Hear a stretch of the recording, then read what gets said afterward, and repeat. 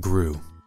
Gru is one of the most iconic characters in the history of film. He has a bald head, he has big burly shoulders that could decimate even the best NFL receivers, and he has a big, long, pointy nose. He's an absolute unit that has showcased superhuman abilities and athleticism that can rival any member of the Avengers, but most importantly, he has a heart. He has more depth than any other fictional character in entertainment.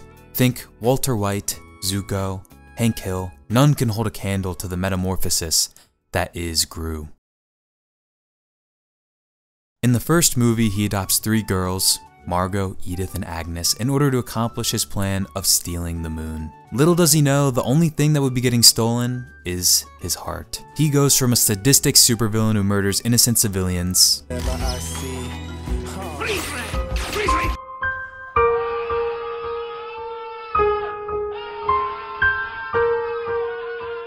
into a family man who was willing to put aside his dream of stealing the moon and risks his life to rescue the girls from Vector. The first movie also introduces the Minions, who are some of the wittiest and most well thought out comic relief characters out there.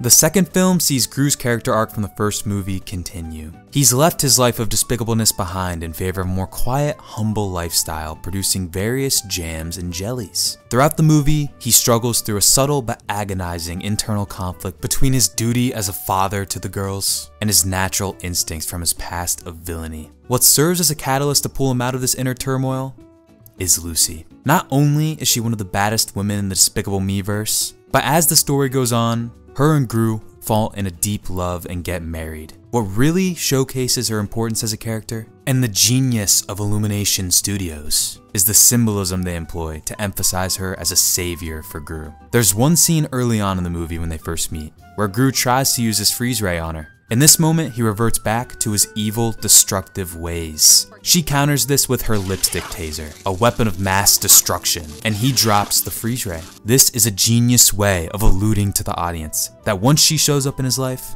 he's able to let go of the past and move on into the future.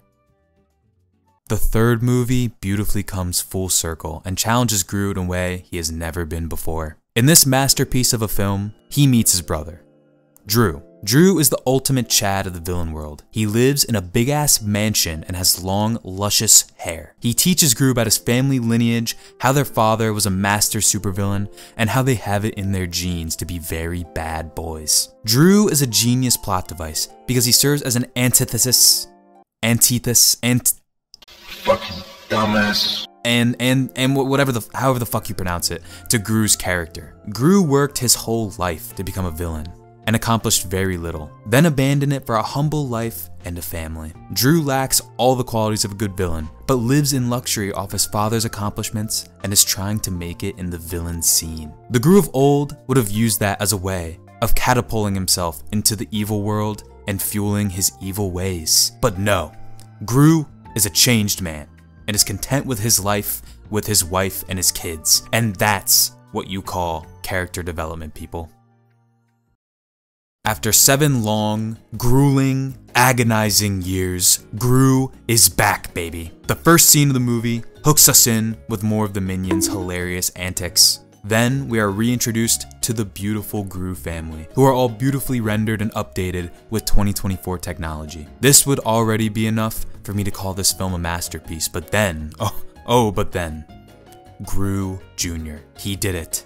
Gru finally got some fucking action. He finally managed to lay the wood, and the product is this beautiful baby boy. Later on in the trailer, Gru and co are committing a heist when all hell breaks loose. Gru tranquilizes himself in the ass, and their attacks have no effect on the ravenous honey badger. The badger leaps in to try and attack little Gru, and Gru dives in to try and save him, but Junior is effortlessly able to contain it. With his power, and at this moment, the torch is passed on from Gru to his son. And that is why this movie will change the entertainment landscape as we know it. Gru has gone through the most complex arc that has ever been seen. The writers have done everything they can with him, and his story is finished. What do they do next?